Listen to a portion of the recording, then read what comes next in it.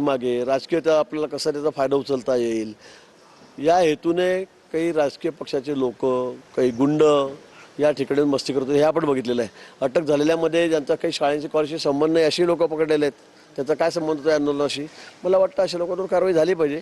पण ते खरं विद्यार्थी आहेत, ते खरं प्रामाणिकपणे या लढ्यामध्ये उतरलेले होते. त्याच्या बाबतीमध्ये आपण विचार करू शकतो. केंद्र सरकार विचार करेल, गृह खातं विचार करेल.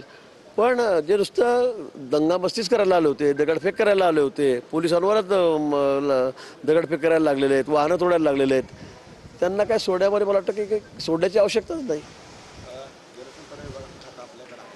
कर्नाटक एकीकडे कुठेतरी अलमट्टी धरणाची पाणी पातळी 517 मीटरपर्यंत ठेवायचं असं जल आयोगाने सांगितलेलं होतं. मात्र त्याचं उल्लंघन केल्याचं पाहायला मिळते. आजची पाणी पातळी 519.32 मीटरपर्यंत त्यांनी वाढवलेली आहे. पाऊस बघतोय आपण, सध्या नद्या पण इशारा पाठीकडे वाटचाल करतात. ही धोक्याची घंटा आहे. काय सांगाल?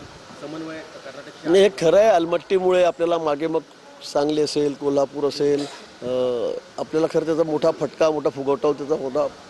म्हणजे मी पण 14 ते 19ला सुद्धा मंत्री असताना त्या ठिकाणी जाऊन गेलो होतो.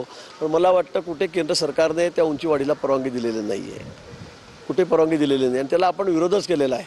महाराष्ट्र शासनाने विरोध केलेला आहे. मागच्या काळातही मुख्यमंत्री महोदयांनी अतिशय दिल्लीला जाऊन आपण आपल्या भावना त्या ठिकाणी कळवलेल्या होत्या.